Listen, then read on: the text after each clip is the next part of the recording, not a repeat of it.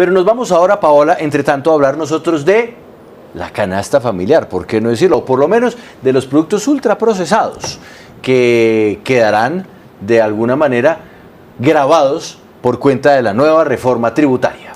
Sí, Juan Pablo, son los llamados impuestos saludables que se han incluido dentro de la reforma tributaria, o por lo menos también quedaron ya así en esta ponencia que entró a segundo debate. Se espera que entre hoy y mañana ya sea aprobada. Eso es por lo menos la solicitud que está haciendo el propio presidente Gustavo Petro. Él quiere que ya el Congreso salga de esto y que se apruebe justamente lo que quedó entonces en esta nueva lista de productos que al principio causaron mucha polémica porque se había dicho que el salchichón y otros embutidos se iban a incluir ahí y pues ya eso quedó por fuera.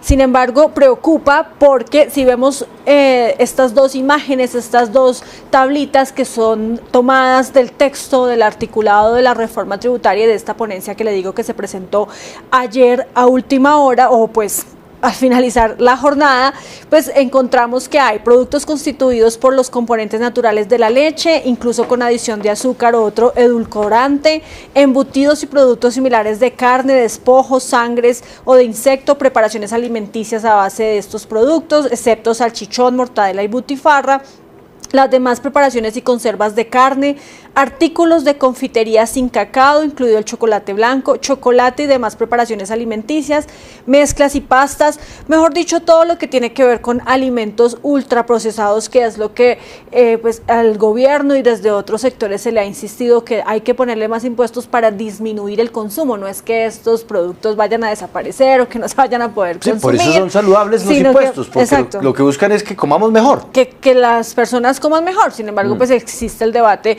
que estos pueden ser los únicos productos que consumen las clases menos favorecidas y pues que entonces a ellos se les subiría el precio. Y justamente dentro de esos productos pues están o dentro de esas listas quedaron los productos de panadería. Específicamente dice productos de panadería, pastelería o galletería, incluso con adición de cacao, hostias, sellos vacíos de los tipos utilizados para medicamentos, obleas para sellar, pastas secas de harina, almidón o fécula en hojas y productos similares. Y aquí es donde entonces entra el debate de si el pan va a subir de precio, igual otros productos derivados de la leche, y por eso está con nosotros en este momento tanto el gremio de las panaderías como el gremio de los productores de leche, de la industria de la leche, Asoleche y Adepan.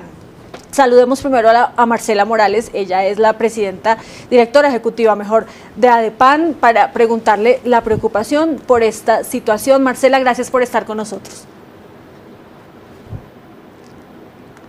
Marcela. ¿No nos escucha Marcela? No está, se nos fue. Bueno, entonces vamos a la leche. A la leche. Está con nosotros Andrea González, ella es la presidenta de Asoleche. Andrea, ¿usted sí nos escucha?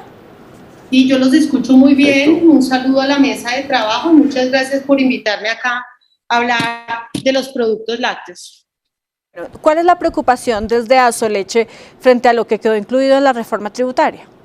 Bueno, nosotros estamos preocupados desde el inicio con la reforma tributaria e incluso con la publicación que ha circulado ya en las diferentes redes y en los medios sobre la implementación o la propuesta de gravar productos lácteos dentro de la actual reforma tributaria.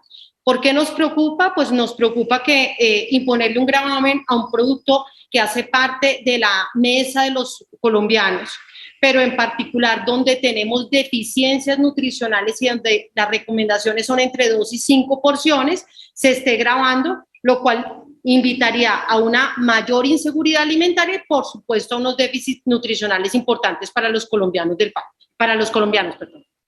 Sí.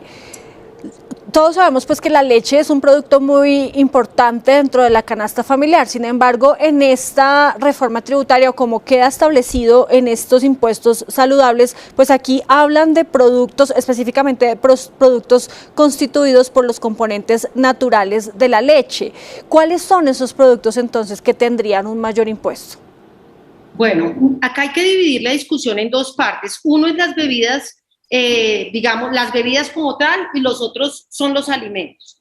En términos de las bebidas, lo que se está diciendo es que la partida 0403 quedaría grabada, y en esa medida, al estar grabada esa partida, estaríamos afectando productos tan importantes como una buena cantidad de yogures que no tienen unos lactobacillus particulares que ellos señalan allí, o productos como la avena, o productos como las bebidas lácteas que hacen parte de los hogares colombianos. Entonces uno tiene acá un grupo importante de derivados lácteos que, de acuerdo a la recomendación o la guía alimentaria del ICBF, hacen parte del 25% del plato de una alimentación balanceada. Ahora, con respecto a lo que son alimentos, nos graban otra partida, la 04049000, y esa tiene que ver con los quesos. Entonces, la preocupación es, si nos graban estos productos, lo que sucede es que incrementa el precio. Al incrementarse el precio, pues se reduce el consumo y generamos una mayor pobreza y, por supuesto, inseguridad alimentaria, como lo dije antes. Presidenta de Asoleche, pero quedémonos con los quesos, porque, digamos, las bebidas lácteas, uno podría pensar que un hogar dice, mire, yogur no, porque puede ser costoso, o avenas tampoco, pero cuando uno habla de quesos, pues está hablando de un producto que es pues, tradicional en la mesa. El queso campesino, el queso doble crema, en fin. ¿Todos los quesos se verían afectados por este gravamen, o habría algunos quesos que sí y otros que no? ¿Cuál es la realidad al respecto? Bueno, es muy importante tu pregunta, porque en últimas son productos lácteos en general los que están siendo gravados. Y yo no quisiera mencionar en particular este queso o este yogur o esta bebida láctea o la avena, que incluso también quedaría gravada por tener composición láctea. Yo lo que les diría es cuánto calcio y proteína dejan de consumir los colombianos que favorecen su alimentación.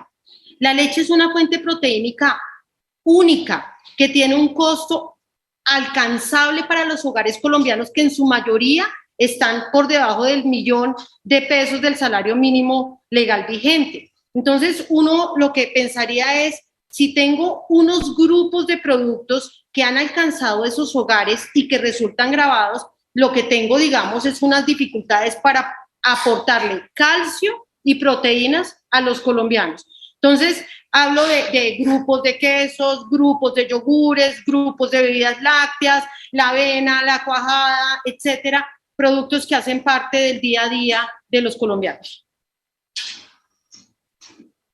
Los colombianos, pero si están incluidos dentro de estos impuestos que el gobierno ha llamado impuestos saludables, significa que también tienen un componente, o son alimentos que al ser procesados y al ser ultraprocesados, pues también tienen un componente que impacta en la salud de los colombianos. ¿O por qué creen ustedes que los incluyen dentro de esta lista, dentro de esta tabla? Se incluyen porque solamente están valorando un componente que hace parte de un alimento que es completo. Es decir, se está desconociendo la composición nutricional y se está juzgando un alimento solo por ese componente, olvidando la otra cara de la moneda. ¿Cuál es la otra cara de la moneda? ¿Cuánto calcio, cuánta proteína, cuánta vitamina, cuántas enzimas consumen los niños? Además, son productos fermentados. Cuando un producto fermentado se hace, la alimentación por ejemplo, para un niño que tenga que beber el yogur, si no se le adiciona algo de azúcar, es muy difícil que lo consuman. Entonces, calificar solamente por un componente la posición de un producto que hace parte de la canasta vital de los colombianos, y eso no lo digo yo, lo dice la Organización Mundial de la Salud, lo dice el ICBF, lo dice el Ministerio de Salud acá. Entonces, creo que es lo que está dificultando esto y digamos, lo que nos tiene preocupados, no solamente como asociación, sino por cumplimiento de los Objetivos de Desarrollo Sostenible, como es Hambre Cero, a los que se ha comprometido Colombia y que tiene un déficit importante. Presidenta, usted me perdonará que yo insista en mi pregunta, pero entonces se la voy a poner de otra forma. ¿Estás preocupado por el queso, Juan Pablo? Porque me gusta mucho el queso, pero muchísimo. De acuerdo. Presidenta, si hay alguna diferencia, o habrá, dentro de la propuesta que está hoy sobre la mesa de reforma tributaria, alguna diferencia, si yo compro un queso, y le agradezco al máster si me pone las dos pantallas para poder ver a Andrea González, algún queso de esos que usted tiene ahí detrás, de las marcas, de cualquiera de las marcas que está ahí detrás, o si yo voy a la plaza de mercado y compro un queso hecho en bloque, exacto, en bloque, o un queso artesanal, ¿habrá diferencia? ¿Aló? Sí, Bueno, sí, adelante. ¿me escuchas, cierto? Sí, sí. Acá es bien importante decir lo siguiente. Cuando un producto se procesa porque tiene que pasar por unos estándares que lo vuelvan inocuo, es decir, que le permitan tener la salubridad necesaria para no afectar al ser humano. Entonces, se hacen unos procedimientos para que mantenga la higiene necesaria para la gente. Entonces, cuando tú haces la pregunta de que hablamos de azúcar, que hablamos de ultraprocesamiento, que hablamos de diferentes componentes, yo preguntaría, y tú preguntas, ¿es lo mismo hablar de un queso artesanal que de un queso con los estándares? Yo te diría, afortunadamente para los consumidores, sí, porque nosotros, digamos, estamos asegurando procesos inocuos que requieren procedimientos que llaman ultraprocesados. ¿Cómo podríamos ofrecer productos que dañen la salud si lo que nosotros estamos promoviendo es la salud? Entonces, creo que también, digamos, se hace una propuesta desde el legislativo que no interpreta estas necesidades, digamos, de higienización. Muchos de los quesos artesanales no cumplen los estándares. Desafortunadamente en el país una buena cantidad, digamos, de producción es informal en los términos de que no cumple con la legislación. Entonces, cuando tú me dices, si yo comparo ese producto con este otro, ¿hay diferencia? Pues claro que sí, hay una diferencia importante porque estamos hablando de un ultraprocesamiento que asegura una inocuidad de producto y asegura los componentes nutricionales que aparecen dentro de sus etiquetas. Y eso nos aclara que se está dando un producto que le da calidad y nutrición a los colombianos. Es justamente la diferencia, Juan Pablo, de el nombrar estos productos como, o que los incluyan dentro de los impuestos saludables, solamente los ultraprocesados, los que tienen detrás todo este proceso industrial, y por eso los quesos artesanales, lo del bloque, cuando usted va a una plaza de mercado, a una quesería, ese no sería sujeto al impuesto. Yo quiero preguntarle ya para finalizar, Andrea, si con la tarifa que está establecida hoy, que van a tener esos impuestos o que va a tener el impuesto saludable, ¿cuánto le subiría a las personas que van a hacer mercado y que compran estos productos, no solamente los quesos, sino los yogures, la avena y demás? ¿Cuánto le subiría? No sé si ustedes han calculado. Pues mira que es un problema amplio porque como es un producto que se vende todos los días dentro de los productos que eligen los colombianos para tener en su mesa, pues es muy difícil tener, digamos, algún margen de dónde sacarlo, entonces se va a transferir completamente al consumidor. El gravamen se transfiere al consumidor, lo que va a hacer el consumidor es decir, ya no puedo consumir leche, voy a tener que tomarme una gaseosa tal vez, u otro producto, porque tendrá que tener una decisión sobre el ingreso que tiene. En el caso de la leche, lo que quiero decir es que lo que compran es calcio, proteínas, vitaminas, minerales, enzimas, o sea, tienen una composición que dentro de los PADES también es recomendada. No necesariamente el hecho de que venga en formato leche quiere decir que todo el mundo entonces ahora tiene que tomar leche porque esa no está grabada. El gran portafolio de productos que existen con productos o fracciones de leche es lo que le ha permitido a la gente mejorar su nutrición. Entonces, creo que acá esa pregunta que tú me dices es bien importante. Estamos afectando casi que en el pleno al consumidor y entonces se le estaría incrementando el precio en ese nivel. Pues bueno, ahí está entonces la opinión de Asoleche, el gremio de la industria lechera, Juan Pablo, y la preocupación que hay, que básicamente hay una conclusión y es que se le puede trasladar este aumento de impuestos al consumidor final, que pues tendría que pagar más a la hora de comprar estos productos. Y yo dejo sentado pues que entonces me preocupa porque el tema del impuesto sobre el queso, que me gusta tanto, pues es inquietante, a menos que me vaya a buscar el queso de plaza. Sí. Y mire, Juan Pablo, ahora sí vamos entonces al tema del pan, porque esta mañana el director de la DIAN, Luis Carlos Reyes, aclaró que este gravamen solamente afectaría o le va a impactar a las panaderías que reciben más de 380 millones de ingresos anuales. Esto es más o menos unos 30 o 31 millones mensuales. Yo no sé si ahí caben o no caben las pequeñas, y por eso quiero preguntarle ahora mismo a Marcela, se me olvidó el apellido. Morales. Morales, la presidenta de PAN, ¿cómo le va a afectar este gravamen a las panaderías? Pues, Paola, sí, efectivamente es un gravamen que nos preocupa mucho porque muchos negocios en Colombia de panificación venden más de esos 380 millones de pesos anuales. Esta sería una panadería que vende alrededor de 1 millón diario. Y bueno, como ustedes saben, en una panadería no solo se vende pan, se venden otros productos complementarios, no solo panificados, sino también bebidas y otros productos. Entonces realmente entraría un grupo importante de panaderías a no estar dentro de esos 380 millones, y esto en definitiva afectará también pues la capacidad del consumidor para acceder a un producto que está en la mesa de todos los días de los colombianos. La directora de PAN, pues bueno, la pregunta con la que arrancamos este programa: ¿en algún lugar de Colombia se puede conseguir pan de 200 o pan de 500, o en realidad eso ya es una ilusión que pertenece a un pasado al cual es difícil volver? Realmente es una ilusión, ¿no? Habrá algunos lugares, pero muy pocos, donde quizás encontremos un pan de 400 pesos, pero cada día es más difícil.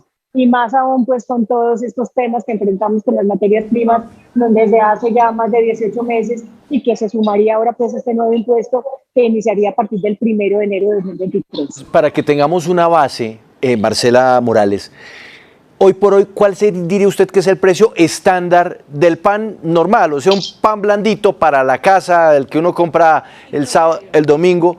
¿Cuál es el precio más o menos estándar? Sí, un pan estándar que se puede consumir en cualquier panadería está más o menos en 500 pesos. Ese pan es el que tendría un aumento del 10% a partir del 1 de enero de 2023. En 2024 subiría al 15%, y para 2025 ya estaríamos en un 20%. Esto más o menos nos lleva el pan a unos 800 pesos en más o menos 24 meses. Sí, presidenta de PAN, yo quiero preguntarle por algo que dijo el presidente Gustavo Petro durante un encuentro, sí, de Aso Capitales. Esto fue el lunes en la ciudad de Tunja, y le tengo el video para no tergiversar lo que él dijo. Escuchemos y veamos. Interna, y entonces también eleva los alimentos. Leía en un artículo esta mañana en Twitter de algún periódico de ayer que ¿cómo se nos ocurre poner la reforma tributaria si se va a elevar el precio del pan? Una manera bastante triste de manipular la opinión pública. Porque el dueño del medio es al cual le vamos a cobrar los impuestos. Y entonces, por su, digamos, falta de solidaridad con la nación en un momento de crisis para disminuir el déficit fiscal, no debería intentar mover la población con algo tan vital como su necesidad de suplir el hambre, a ver si sale a las calles a destruir la reforma tributaria que no le va a poner impuestos al pueblo, sino al dueño del medio.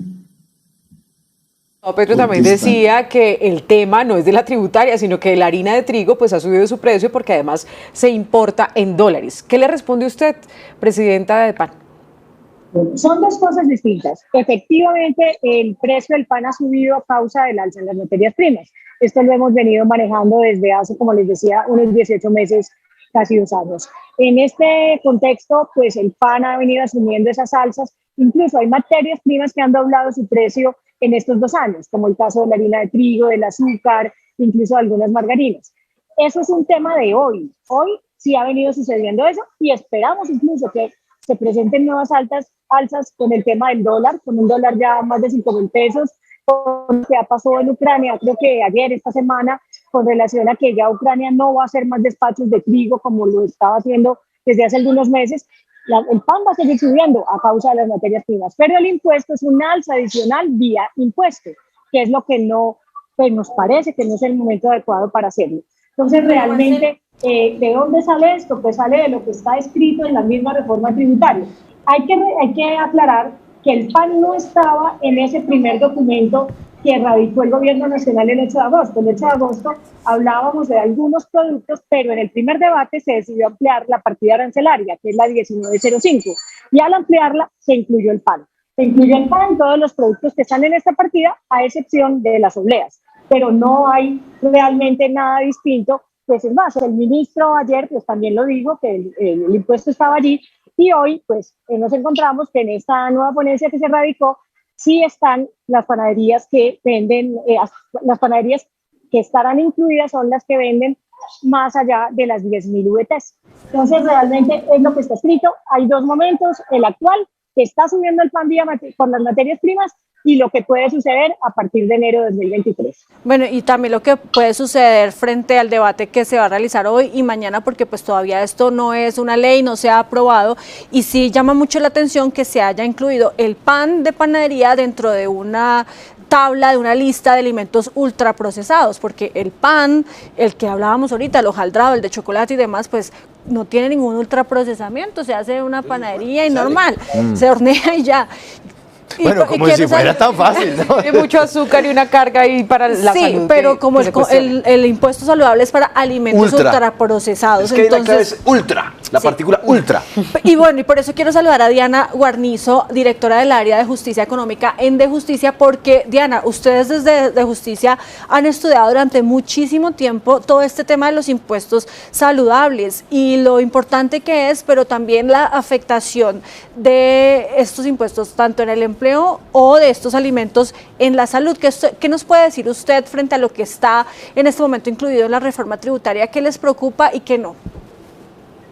Gracias. Pues bueno, muchas gracias por la invitación. En materia de impuestos saludables, los impuestos saludables, particularmente a las bebidas ultraprocesadas, ha sido una medida que desde hace muchos años ha venido recomendando la Organización Mundial de la Salud. ¿Con qué objetivo?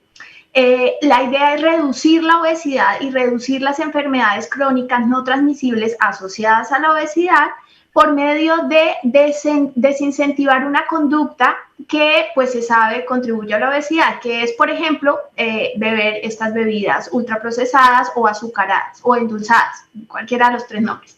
Entonces la idea es, si se reduce ese consumo, pues en el mediano y el largo plazo se van a ver los efectos en reducción de obesidad y por ende en la mejor salud de las personas. ¿Cuál es la forma de desincentivar el consumo? Pues aumentarle un poquitico el precio. ¿Cuál es ese poquitico? Pues lo que se espera, recomienda la Organización Mundial de la Salud, es que ese aumento sea entre el 20%, algunas estimaciones para Colombia señalan que el 24%. Eso haría que una parte de la población, evidentemente no toda, pero una parte de la población, digamos, ya deje de consumirlas, transite a otro tipo de bebidas más saludables, como puede ser el agua en botella, y digamos que eso genere entonces los efectos positivos en salud.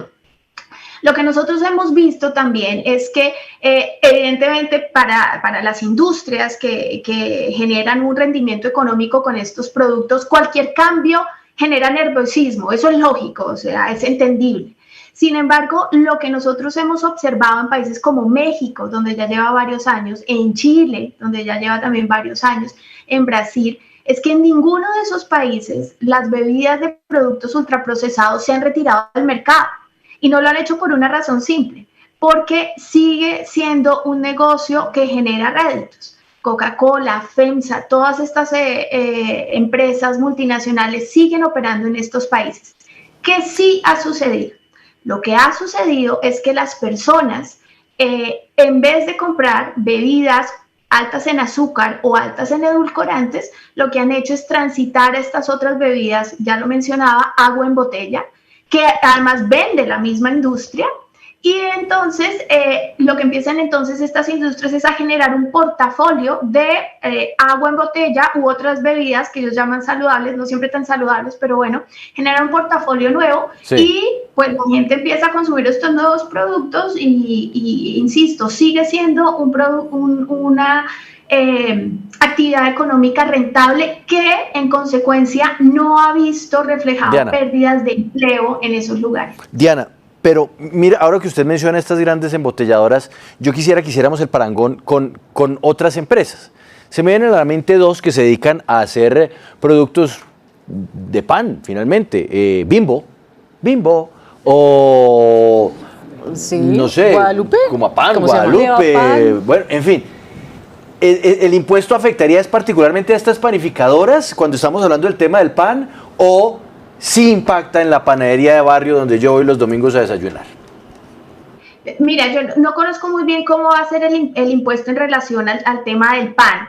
Digamos, lo que nosotros hemos estudiado más es el tema de bebidas ultraprocesadas, porque ahí los impactos en salud de estas bebidas son bastante graves, bastante evidentes. De ahí que digamos que la recomendación de la Organización Mundial de la Salud sea, si hay un producto al que ustedes quieren graben primero estas bebidas y ya luego van bien. Pero, digamos, yo no conozco muy bien cómo sería la afectación al pan y, digamos, no quisiera ahí como pecar de alguna imprecisión en ese tema. Esa era la confusión, Juan Pablo, porque se pensaba que solamente para estas industrias que empacan el pan y que lo venden así, después de hacerle unos procesos previos, era el impuesto. Sin embargo, el ministro, como decía la presidenta de PAN y el mismo director de la DIAN, ya han aclarado en estas últimas horas que también va a impactar a las panaderías que ganen más de 380 millones de pesos al año. Si usted hace la cuenta, eso da 31 millones y entonces lo que se dice desde ADEPAN es que esto le pega a cualquiera porque hay muchas que ganan 31 millones, no solamente las grandes, no solamente Hornitos o Autopan, todas estas Pampaya, las de barrio también y las pequeñas. Complicado. Entonces ahí queda la discusión, vamos a esperar cómo transcurre el debate esta tarde y mañana cuando se espera que ya se apruebe la reforma tributaria.